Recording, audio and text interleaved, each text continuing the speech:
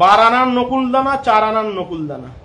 আমি তাকে একটা কথা বলতে চাই, কখনো কোনো মানুষকে ছোট ভাববে না, আর শত্রুকে কোনোদিনও আপন ভাববে না।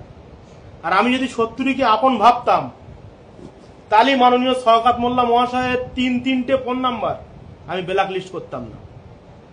নেড়া একবার বেলতলায় যায়, বারবার কিন্তু বেলতলায় যায় না।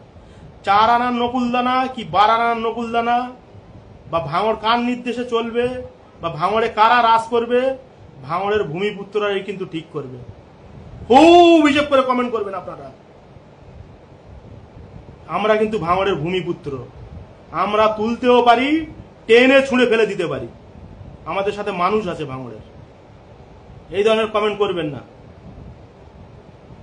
আমার যদি এক বাপে জন্ম দিয়ে থাকে,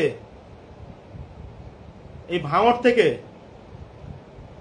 আমি শওকত মোল্লা মহাশয়কে তানার বিধানসভায় পাঠিয়ে দেবো। সে সেখানকার নেতা, সে সেখানেই নেতাগিরি করুক, ভাঙড়ে নেতাগিরি করতে দেবো না। ওর জিতনা চ্যানেল আছে, ও কাজে লাগাতে পারে, ওকে আমি ভাঙড়ে রাজ করতে দেবো না। আমার কোন কোন জায়গায় ছুটতে হয় না ছুটতে হয়, আমি সমস্ত জায়গায় ছুটে কমপ্লিট করে তবে কিন্তু লাইভে এসেছি। এই 4 আনার নকুলদানা 12 আনার নকুলদানা আমাকে শোনাবেন না।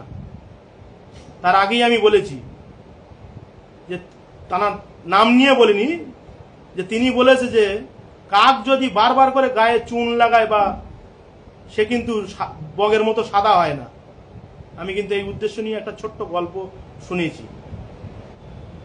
তুমি যাকে উদ্দেশ্য করে 4 আনার নকুলদানা বলছো, বা যার কথাই বলছো বা কমেন্ট করছো, তাকে গিয়ে একটাবার জিজ্ঞাসা করবেন তো যে আজ থেকে 20 বছর আগে সে কি ছিল, তার বাড়িঘর তো ছিল আদেও। আমাদের তো অনেক কিছু আছে, আমরা তো সেই ক্লাস 9 থেকে সিনিয়র বিজনেসম্যান। রফিকুল ইসলাম বাবি মানে হচ্ছে ভাঙড়ের বুকে একটা ব্র্যান্ড। এটা আমি বলি না, এটা ভাঙড়ের মানুষ বলে, আমার গ্রামের মানুষ বলে।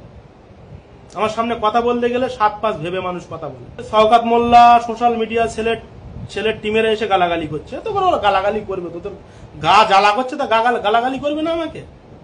ওদের গায়ে ফোঁকসা পড়ে যাচ্ছে এমনি, আগামী দিনে ওদের পোড়া হয়ে যাবে গায়ে। ওদের যা করবো, ওদের তুলে নাচাবো আমি। ভেবেছেটা কি? ওরা এ ভাঙড়ের রাজ্জাক খান পাইনি যে কোনো কিছু করবে আর তার বউ এসে একটা চাকরি হাত পেতে নিয়ে নেবে, আর তাকে তার ভাইটাই সেটিং করিয়ে কোনো কিছু ঘটিয়ে দেবে। দল আমি তৃণমূল কংগ্রেসটাই করব, কিন্তু ভাঙড়ের নেতৃত্ব কারা থাকবে সেটা দল ঠিক করবে, খুব তাড়াতাড়ি ঠিক করবে। একটু ধৈর্য ধরো। এবং সেখান থেকে কিন্তু আমার শ্বশুর বাড়ির উদ্দেশ্যে তারা রওনা হয়। 30টা বাইকে 60 জন ছিল। যারা ওই শেখেরা বলে তারা ছিল, এবং মূল মদতদাতা ছিল অদূত, এবং পুরোপুরি খুনের চক্রান্ত। সবাই সশস্ত্র ভাবে আর্মস নিয়ে আমার শ্বশুর বাড়ির উদ্দেশ্যে আসে। এবং ওখান থেকে আমার একটা বাঁচানোর মালিক উপর আল্লাহ, হেল্লা একটা আমার তৃণমূল কর্মী, সে আমাকে ফোন করে, কেউ একজন ফোন করে বলে, দাদা তুমি কোথায় আছো, তুমি ইমিডিয়েটলি একটু সরে যাও, তুমি কিন্তু আজ মার্ডার হয়ে যাবে। তো আমি যেই আমার শ্বশুর বাড়ির থেকে, আমি যে অবস্থায় ছিলাম লুঙ্গি পরে আর একটা পাঞ্জাবি গায়ে দিয়ে, লুঙ্গিটা আমি পরেছিলাম আর খালি গায়ে ছিলাম, একটা পাঞ্জাবিটা গায়ে, পাঞ্জাবির বোতাম লাগানোর পর্যন্ত টাইম পাইনি আমি সঙ্গে সঙ্গে আমি বাইক নিয়ে যেই উঠি, একদম মানে ঠিক এই ভাষায়, এই দাঁড়া, তোকে আজ দেখা হবে বলে আমার পিছন ধাওয়া করে 30টা বাইক। এবং আমি প্রচন্ড স্পিডে বাইক চালিয়ে ওই ভাঙড় খালপাড় রাস্তা দিয়ে চিড়েতলায় গিয়ে কিছুক্ষণের জন্য গা ঢাকা দিই। এবং ওরা বানিয়াড়ায় 3টে বুথে ঢোকে, ওই অদূত ঢুকে যারা আমার লোকজন আছে তাদের বাড়ি বাড়ি গিয়ে তল্লাশি করে, যেখানে বাপি এসছে কিনা। এবং তারা দীর্ঘক্ষণ ধরে ওখানে অপেক্ষা করে। আমি কিন্তু মাননীয় শওকত মোল্লা মহাশয়কে ফোন করি যে দাদা এইটা হচ্ছেটা কি? আমি তৃণমূল দল করছি, সামান্য একটা ব্যাপার ঘটেছিল, একটা 12-13 হাজার টাকার লেনদেন, আমি মিটিয়ে দিয়েছি, তাদের কাছে ভুল স্বীকার করেছি, আর এই অদূত আমাকে এরকম হামলা করছে। বলছি অদূত তো এরকম লোকই না, ও তো ওরকম করতেই পারে না। আচ্ছা আমি বিষয়টা দেখছি বলে উনি ফোনটা কেটে দেয়। তারপর থেকে টানা 2 দিন কিন্তু এমএলএ আমাকে ফোন করেনি। তাহলে আমি যে এই তৃণমূল দলটা করছি, তাহলে সেক্ষেত্রে আমার পাশে দাঁড়ানো দরকার ছিল। আমি তৃণমূল কংগ্রেসে ঢোকার পরে মাননীয় শওকত মোল্লা মহাশয়ের হাত শক্তিশালী হচ্ছিল, যোগদান করাচ্ছিলাম। উল্টে সেখানে আমাকে কোনো সহযোগিতা করেনি। এই যে অদূত আমার উপরে এত বড় একটা হামলা চালালো, সে কিন্তু এখনো অ্যারেস্ট হয়নি। এবং তার পরের দিনই কি দেখলাম, এমএলএ তো আমাকে ফোন 2 দিন করেনি, তার পরের দিন দেখলাম পঞ্চায়েতে একটা মিটিং আছে, সেখানে এমএলএ এসছে। এমএলএ আসার পরে অদূত এমএলএ কে এরকম ফুল দিয়ে বরণ করছে। আমি শুধু ভাবলাম যে তো পুরো সেম টু সেম রাজ্জাকের মতন আমি মার্ডার হয়ে যেতাম। আর রাজ্জাক যেভাবে মার্ডার হয়েছে, মার্ডার হওয়ার পরে কিছু তৃণমূলের লোকজন ফাঁসানো হলো, কিছু আইএসএফ এর লোকজনও জেলে গেল। শুনছি আবার সব অনেকেই ছাড়া পেয়ে গেছে, হয়তো মেন আসামিও হয়তো ছাড়া পেয়ে যাবে। সেটা রাজ্জাকের বউকে একটা চাকরি ধরিয়ে দিল। তাহলে আমিও কি সেম এই রাজ্জাকের মতো মার্ডার হতে গিয়েছিলাম?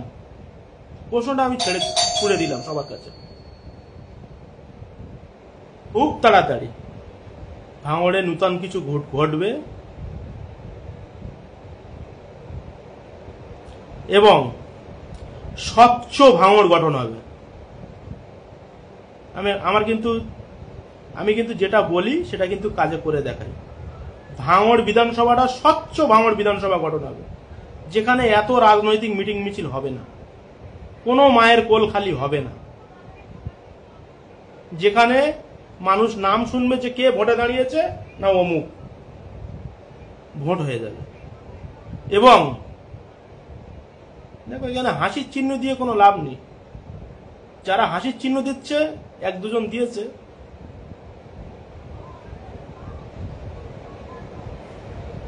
স্বচ্ছ ভাঙড় গঠন হবে, একটু সময়ের অপেক্ষা।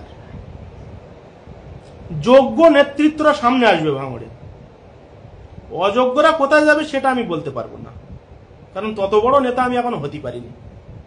তবে আমি সেই সুব্যবস্থাটা করব, যাতে অযোগ্য দুর্নীতিবাজ নেতারা যাতে দলে না থাকতে পারে।